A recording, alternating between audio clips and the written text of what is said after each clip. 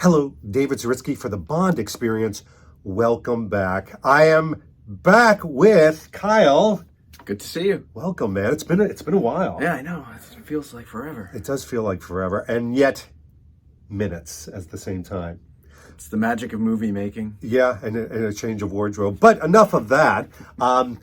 We are here to talk about something that's, I think, very near and dear to our heart. You and I have been friends for a very long time. We have. I remember way back when at the Omega Place boutique.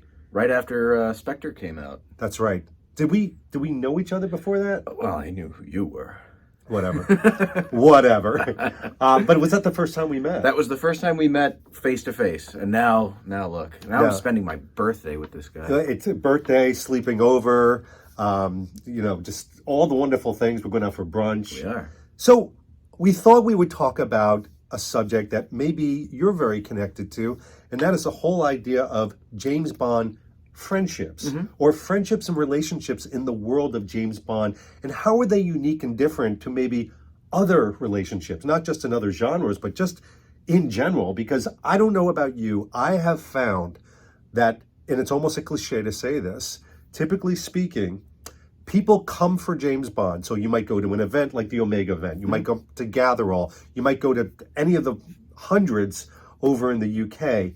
And you come in and you build a connection because of James Bond. You talk about an outfit piece. You talk about a channel that you follow.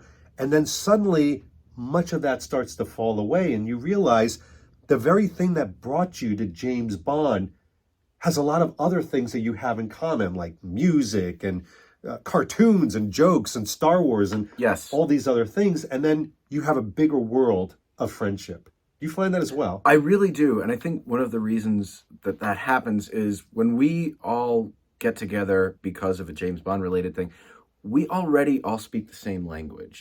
We know why we're getting together. We don't have to go through a lot of the small talk pleasantries, like what kind of movies do you like? Do you have any hobbies? Right, that kind of thing. We already know. Yeah. And we know that we can start a conversation by saying, like, what do you think about the sound effects in On Her Majesty's Secret Service? Instead of saying, I like James Bond, which is your favorite movie, which is your favorite actor? We've done all that. We can skip to the nitty gritty because we're already talking the same lingo. That's great. You know, you're right. There's almost like, let's call it a layer cake to relationship building. Good it's reference. that first, thank you. It's that first connection. You peel away the layer, you're into the next connection. With James Bond, you probably already have 2 layers in.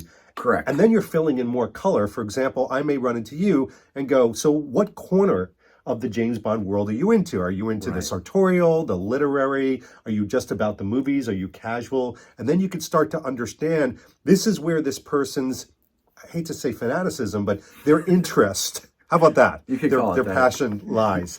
And I do think that creates, let's just say, a high occupancy vehicle speed lane to a deeper relationship.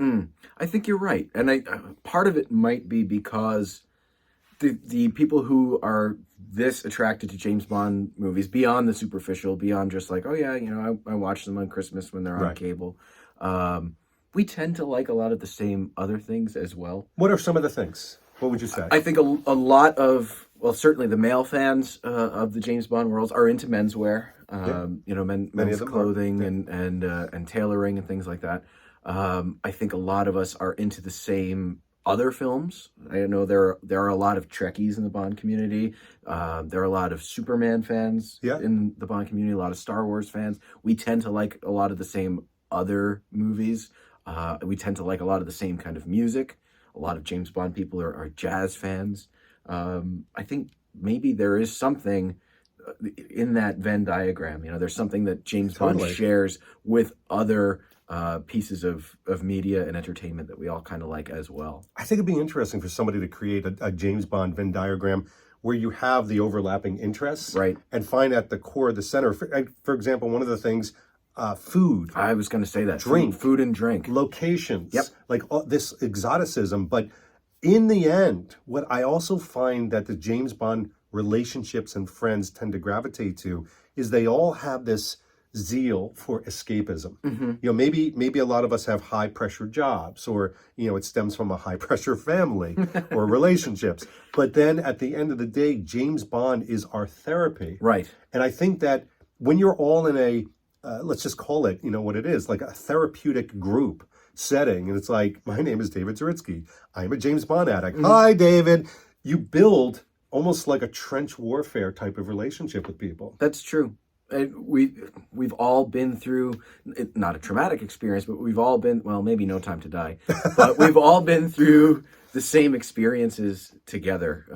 We've got that that ground basis that we can all go back to, and then build a relationship on top of that foundation. Yeah.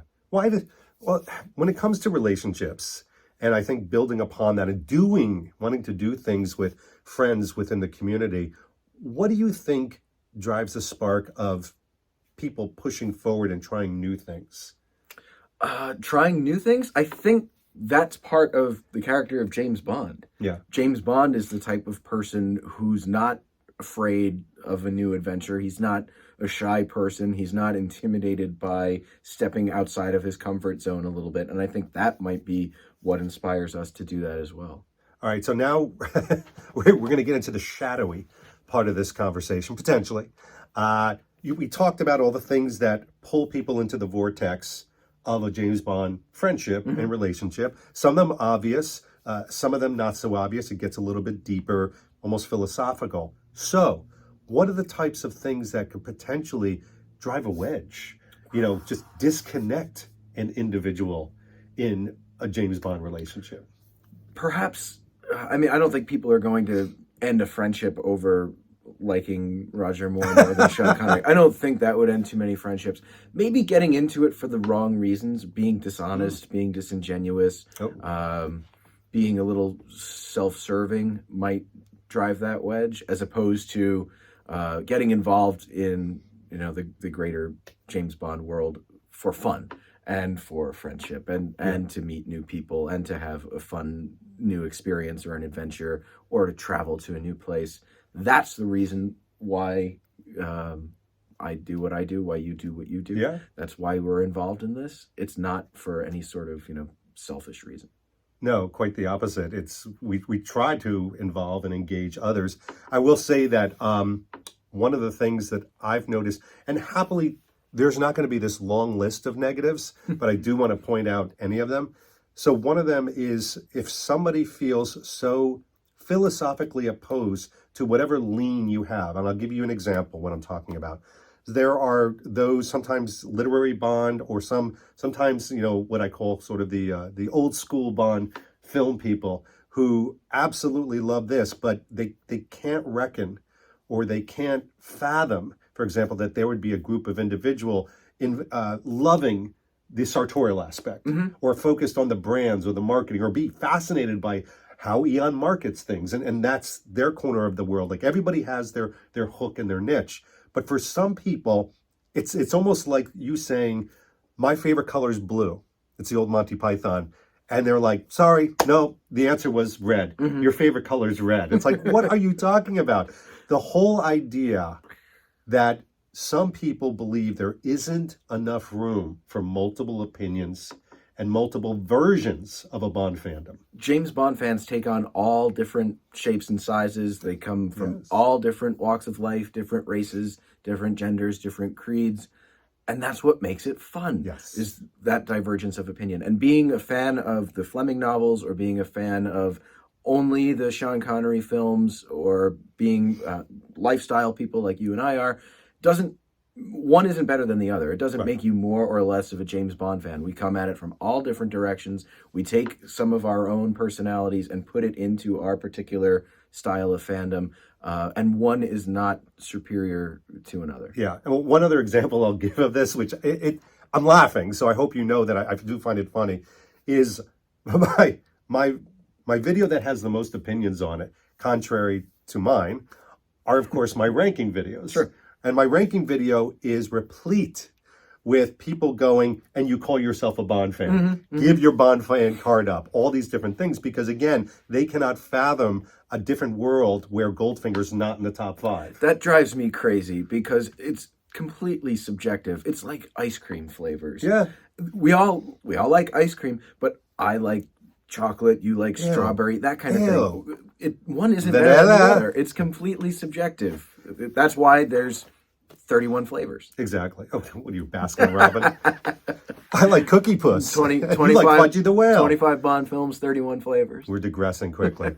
Well, all right. So here's the good news. I mean, clearly, in a very positive conversation about Bond relationships, I also feel like, and this is something that not a lot of people talk about, you sort of get out of it what you bring in. Mm-hmm.